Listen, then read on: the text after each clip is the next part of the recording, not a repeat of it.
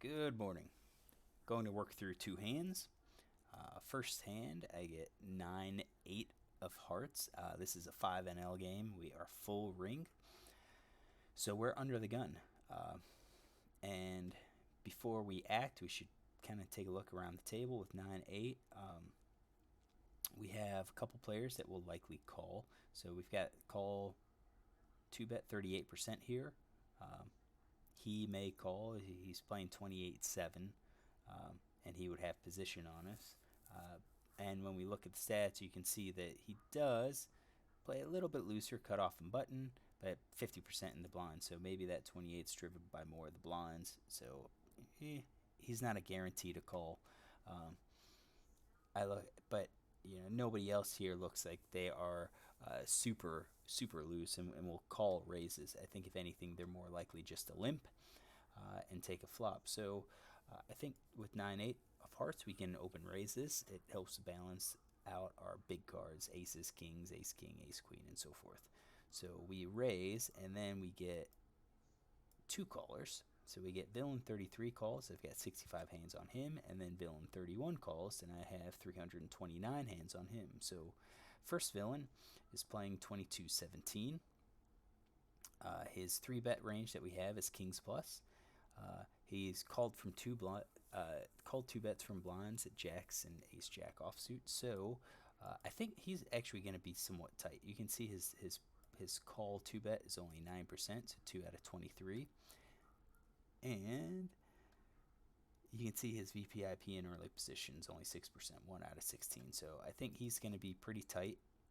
We're going to give him pocket pair hands. I think that's going to be pretty solid. I think we are going to add in aces. I don't think he's giving us any reason to think that he is going to be playing a super wide range. So that's 11%. That's 10.6%. I think that's probably going to be a good range. Now, our hand's not going to be doing that well against it because he has a lot of pocket pairs in the range, and he has some broadways. But that's we can't fret about that because what we were trying to do was to provide cover. We're hoping for all middle cards because they're not we don't want players to think that if a flop of all middle cards comes that we would never have you know uh, nines or eights or sevens and so forth. So I think he's pretty tight. Against his calling range, we're not so good, but we can plan ahead and think that on a good flop, we could bet and probably pick it up a large percentage of the time. Villain 31 is playing 15-1, so he is a tight passive player. I have 329 hands on him. When we look at his position stats, 67%, 2 out of 3 from the big blind, but 0 out of 2 from the small blind. So I think he is also very tight. So he may be as tight as this range. Um, we have this check down in position with ace king did not raise pre-flop. That's kind of how tight he is. And then when you look at called two bets from blinds, you can see that he is he's got a lot of different hands on there. Uh, Tens and jacks, ace king, ace four suited, king four suited, queen six suited. Um, I mean that kind of runs contrary to what he has. Um, his 15% stat, 15-1. Um, it's somewhat suited, and you kind of have to ask why did he do that? Maybe those hands were kind of heads up, or maybe it was blind versus blind play. I mean, right now, and I say it's blind versus blind play because when you look, there it is. When you look at his big blind, it's 43%, 15 out of 35. Small blind is 21%. All other positions are pretty tight. Um, So I think a lot of that, the junky hands, probably came from his uh, the big blind versus blind play. All right, so what we are going to do here is we're going to exclude Kings Plus from his 3-bet raising range. And I think what we are going to do is maybe give him all suited aces, all suited kings, because we saw those suited kings in here. He's got king 4, he's got queen 6, jack 10 suited. The offsuits are those junky cards. I don't like including those, but we're at 17%. They're not standard. It's not reflective of 15-1 play. So we are 20.4%. I'm going to leave that there. Just like the first guy, first villain, we're really not going to do too hot. The hot cold equity. But we know that going in. We knew that if we get called, we're probably not going to be ahead. But we have some equity. So we're going to go with this range, and we'll see how this, where this goes. So the flop is actually great for us. We flop the straight, and that's going to put us in the lead big time. So the question is, what do we do? Do we bet? Do we slow play it? Well, let's see. I don't have first villain donking flops at all, so I'm going to guess he will check with his entire range. No big surprise. And it'll get to us, and we have to decide, are we going to bet or check? I think we need to bet. I think with their wide range, not this guy obviously, but with this guy's wider range, I think if we bet, we are going to get called by at least once. By 10, by 6, by gut shots. There's a spade draws out there. So I think our bet's going to really try to target him. His fold to C bet sets 39%. I mean, that's it. So he's going to call, more than likely call at least once. Not really raise, but at least call. This tighter player, though, it kind of depends on how he plays. So we assume he's going to 3-bet queens. There's jacks out there that could call. There's trips. So he can have trip 10s, trip 6s, trip 7s. I think all of those are going to call. Some of those may actually raise. He has his spade draw, and he may look at this board and say, yeah, this board doesn't hit me at all. So he may just call and see one more card. So I bet half pot. Looking back, I think I probably should have bet more. Not so much to target this player, but to target this player. I probably should have bet, about 7 big blinds or so, about two-thirds pot. I think if we do, I think he's still going to call the same amount, so might as well get more money and build the pot. Do we have to worry about our stack sizes? Yeah, a little bit. So I have 75 right now, so our stack to pot ratio is 7.5. That's our effective stack. Larger sizes will allow us to get it in easier. But I didn't. I bet half pot. Villain 33 calls. So I think he's going to call with his pairs. Definitely think he's going to call with his pairs. He'll have his flush draw. I think he might call with his gut shot. I don't think he's going to call with overcards or backdoor. He is tight.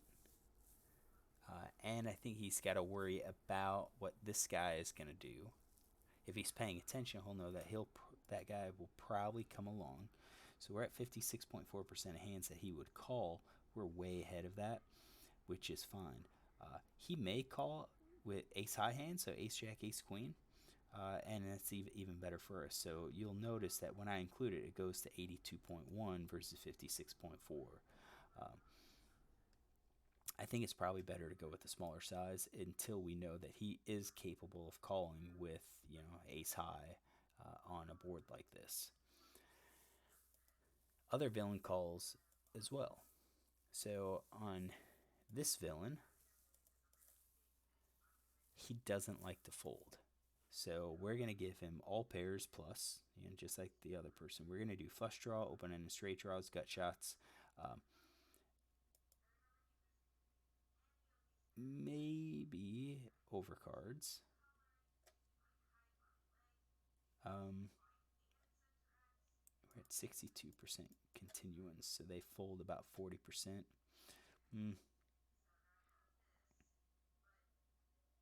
I think we have some 2-card backdoor flush draws already built into the gut shots and flush draws, so I think that's going to be okay. I think we'll continue with those. We are ahead 83% against this player. I don't have anything to worry about, but I'll note again.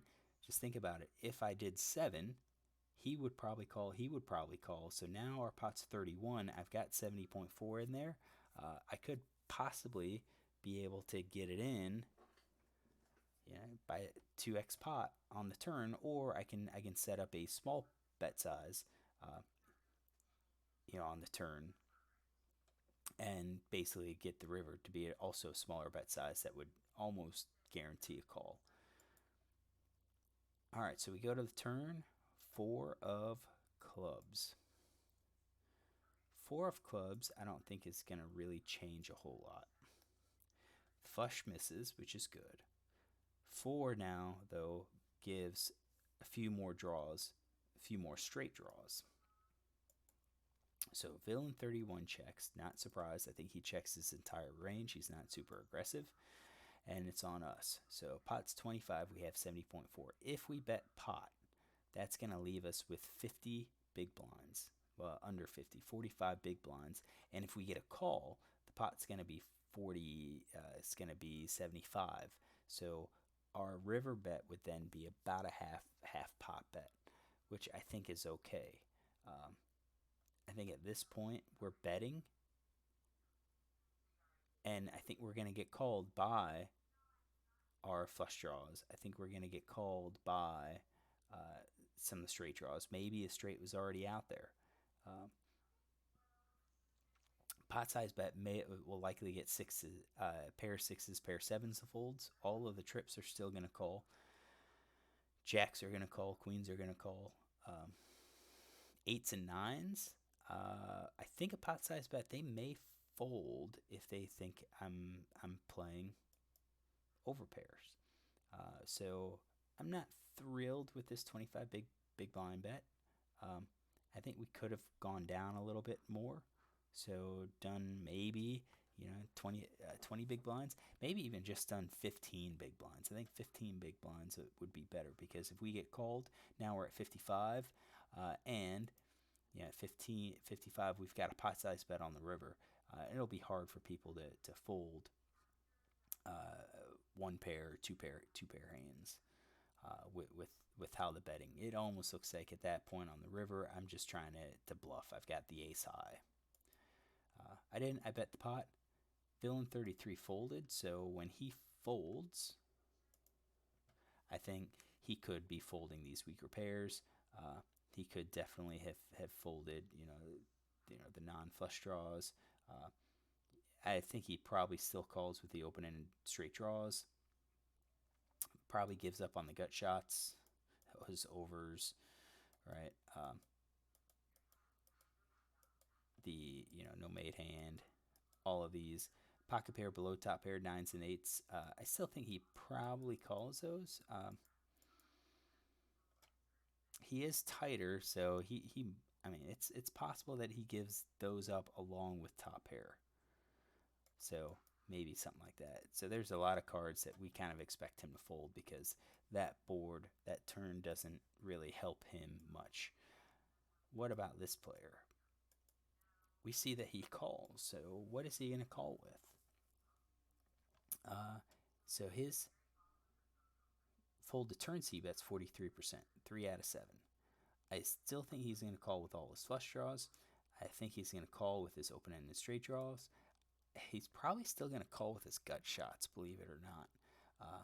But I think some of these pairs are just going to give up. So I think when we look at his range, we're going to say eights and nines. Those are part of the gut shots. So he's going to call those his tens, 10 8, 10 9, Jack 10, Queen 10, King 10, Ace 10. I think he's still going to call, and of course the overpair, two pair, set straights, and so forth. He's going to call with all of those. But now his calling range is going to be heavy on these flush draws and straight draws. So 89% of the time he calls, we're ahead 87%. I think we're in good shape. River brings a three of hearts, and he checks to us. So again, with how he plays, I am not surprised. I don't expect him to bet. If he bets, I think he's got. I mean, he has to have the 8-9, which is what I have. But he doesn't. He checks, and now it's up to us. Do we check behind, or do we bet? And I know, the question's always, what would they call with if I bet? And I think a player like this, he's going to call a lot. So he's never really made it here with, three continuation bets. His one at Showdown, 72%, 13 out of 18. So he's not going to call as a bluff. He's calling in getting here with something. Or he'll call with something. So I think if I bet, he's probably going to still call that top pair. He's going to call over pair, two pair set straights. I think he's still going to call all of those, and that's 59.6% of the time of his range. And against that calling range, we are ahead 97%. So basically, we tie 4%. I think this is a no-brainer. I think there's plenty of cards that he's going to call that we beat, and we need to take advantage of it. And we have about a half pot, a little more than half pot bet to do it with. We just shove it and hope he calls. He does. He calls, and he shows 10 Jack. He shows that top pair with the flush draw that missed. So was that in there? Yep, it was in there. 10 Jack right there. Didn't show any aggression, didn't raise, didn't check raise, didn't do anything, just called down the entire time. So yeah, that's what you have. This note, check down in position with ace king, did not raise pre-flop. So I think this is another player that will call down a top paired hand. Now we have to pay attention. What happens when an overcard comes? Is he going to continue calling, or will he give up at that time? But I think it made sense what he was doing, at least in his mind. I think a good check raise would have been fantastic on the flop, because I'm betting with ace king, ace queen,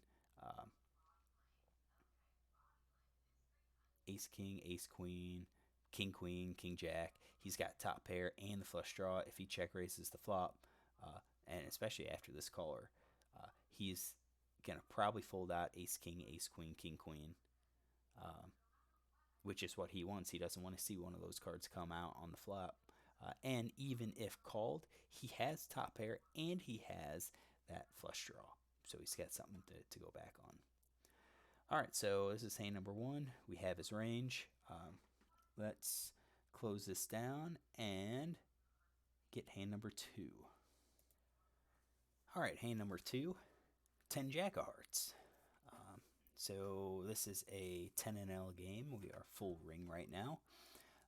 It folds to us and we open raise. We raise at 3.5 big blinds, which I think is okay.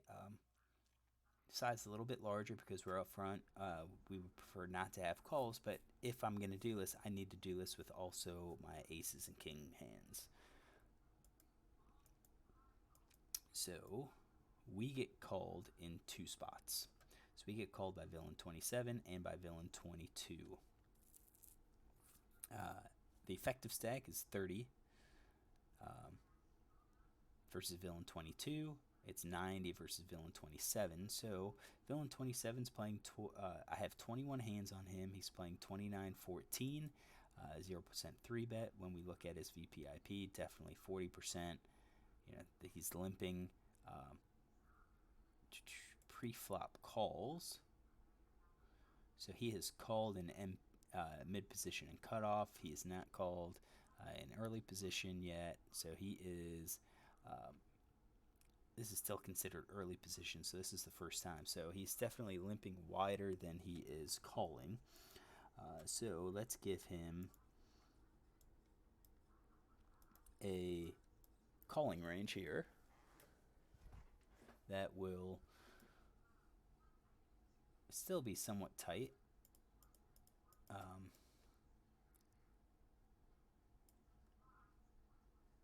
It's suited aces are a question mark. Maybe he has them, maybe he doesn't. He's doing a lot of limping. Maybe not all of these suited connectors.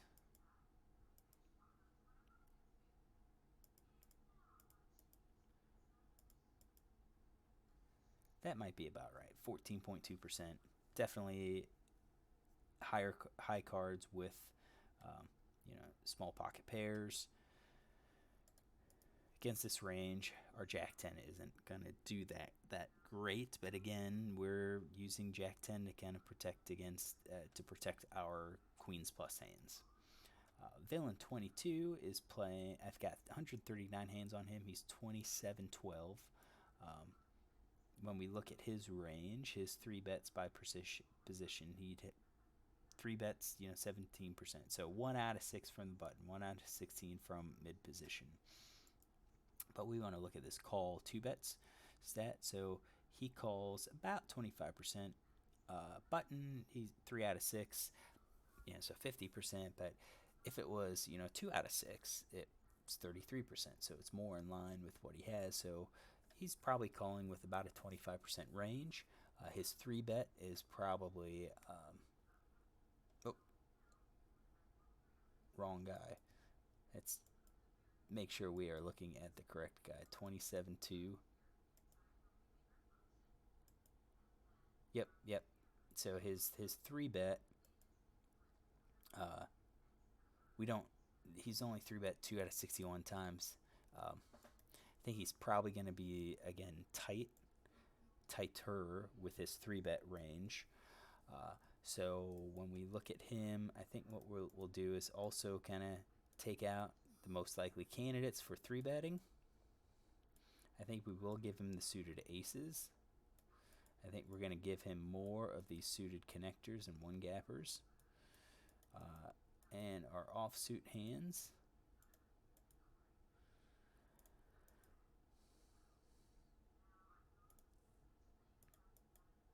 That's 24.7. I think that's probably right. And again, we're not going to really be doing great against him. 47%. He's got more of these offsuits, but again, we use this hand to protect aces, kings, and queens. And knowing that if we get called, we still have equity. We can catch some of those hidden straights that will ultimately build our stack up quite quickly. So, we've got some wide ranges. We're going to have to be careful of some of the overcards, but I don't think, aces, kings, queens, ace, king, I don't think that's really in their range. So on the flop, we have ace, king, 3. Let's see here. Ace, king, 3 with 2 spades. And it's on us. So against the tighter player, against their entire range, you can see we are at 30.5%. Against the slightly looser player, you can see that we are at 39%. So we're doing a little bit better against that player. We have to be aware that he has 30.7. So there's going to be a possibility that if we bet, if he has a hand that he likes, or that he wants to play, he will likely come over the top. So if he has like any spade draw, I think he's going to come over the top and just shove all in. If he has any ace, he's going to come over the top and shove all in. If he has a king, he might come over the top and shove all in. If he has queen jack, he'll probably shove all in. So I think that's something we have to be aware of.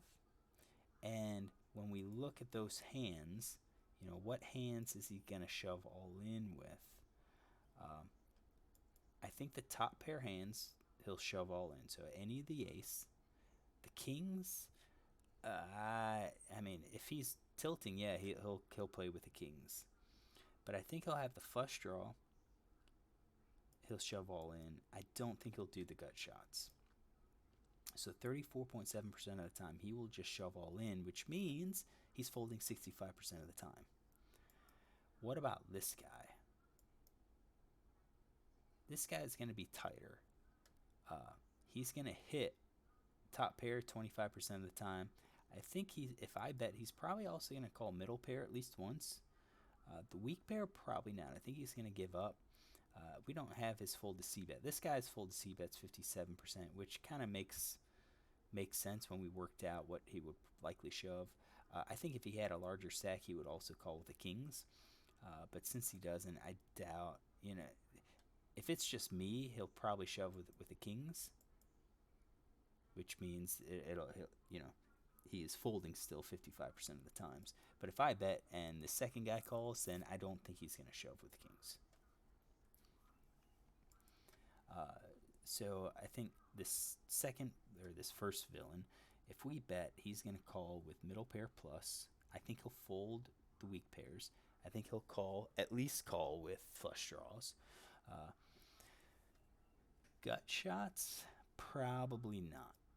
I think this board just hits my range so much that I don't think Queen Jack, Queen 10, Jack 10 are really going to call, especially with these players. 13-9, I'm sorry, 29-14, 27-12. I think they're just going to give up and go to the next hand.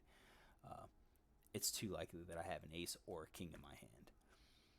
So I think he's also, with all this range, it's at 48.9, so he's going to be folding 52% of the time. So if he folds 52% of the time, 52% of the time, and the other guy calls, or the other guy folds, what do we say, 65% of the time,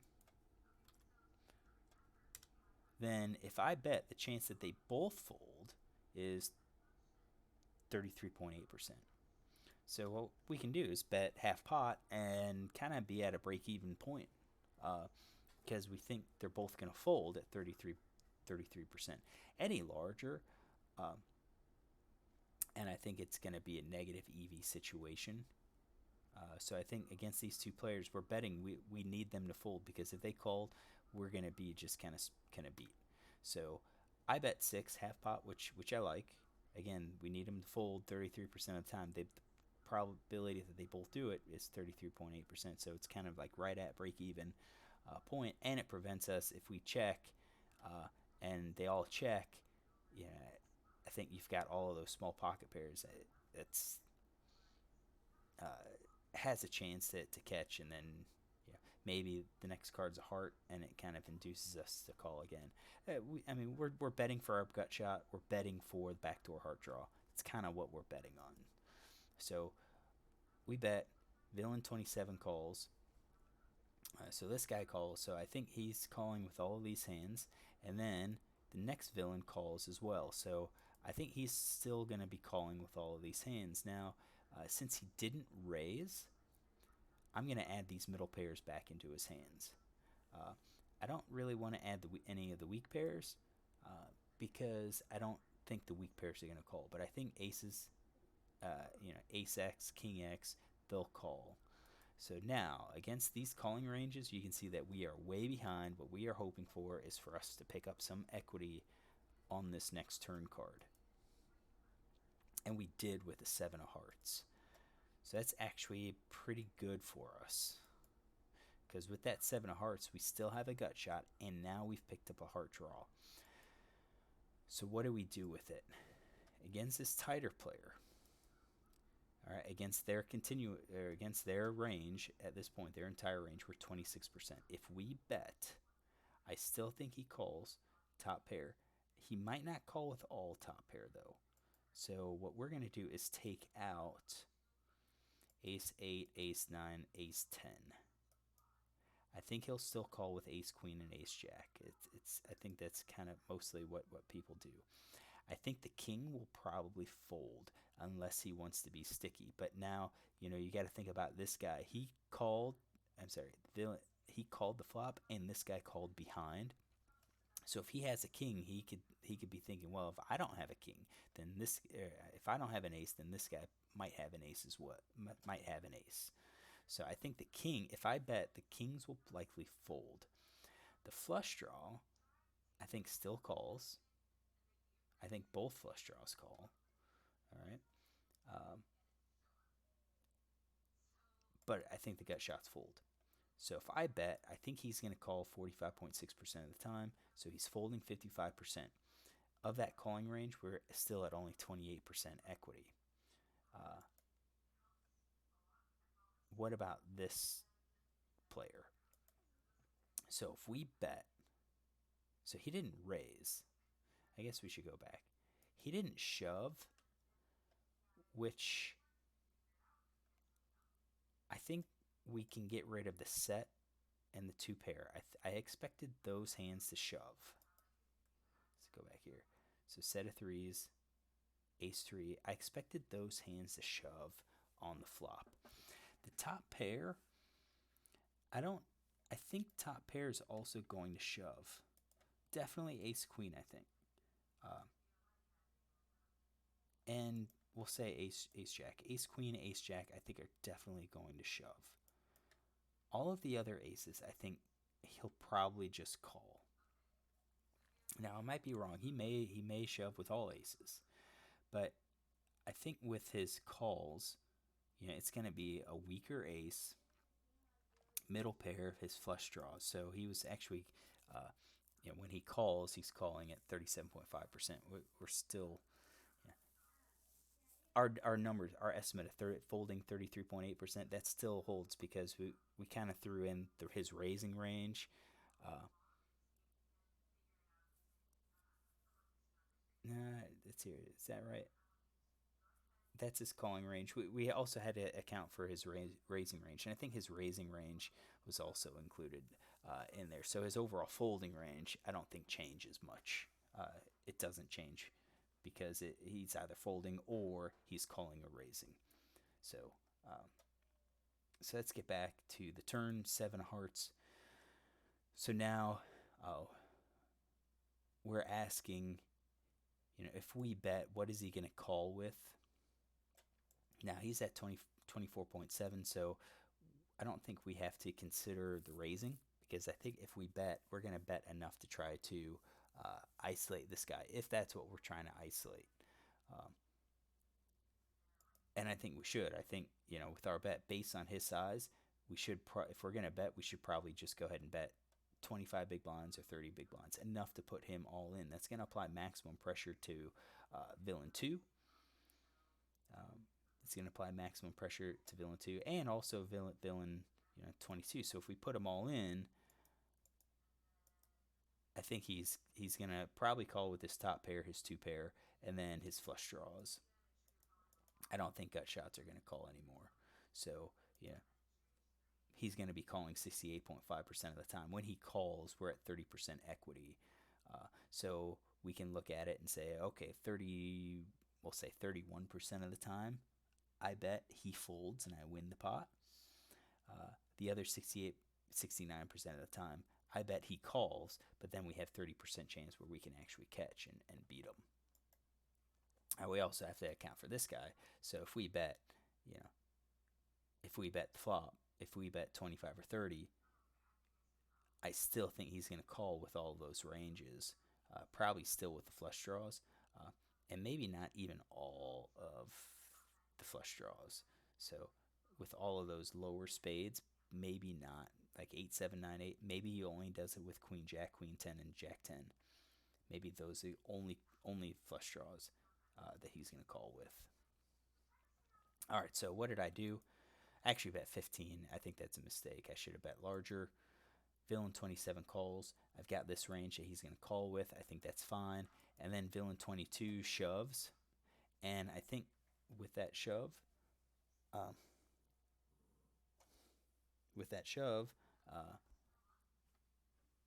we can check it. So he shoves. I still think he's going to do two pair. He doesn't have sets in his range.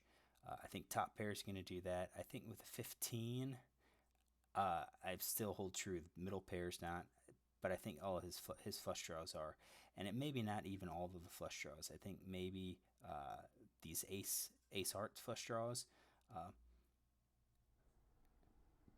with two players.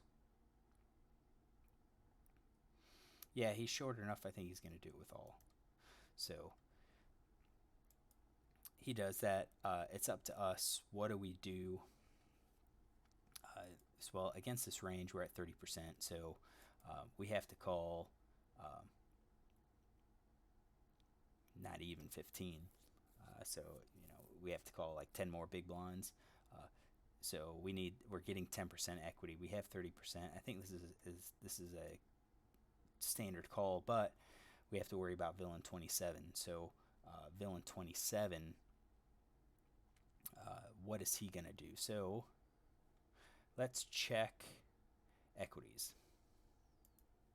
All right, so I'm gonna open up Equilab. So I have Jack 10 of hearts. We are going to go with the tighter player first. So that is his. I think he's still going to call with all of these. No reason why he won't. So we're going to say that is his range. We have his range here.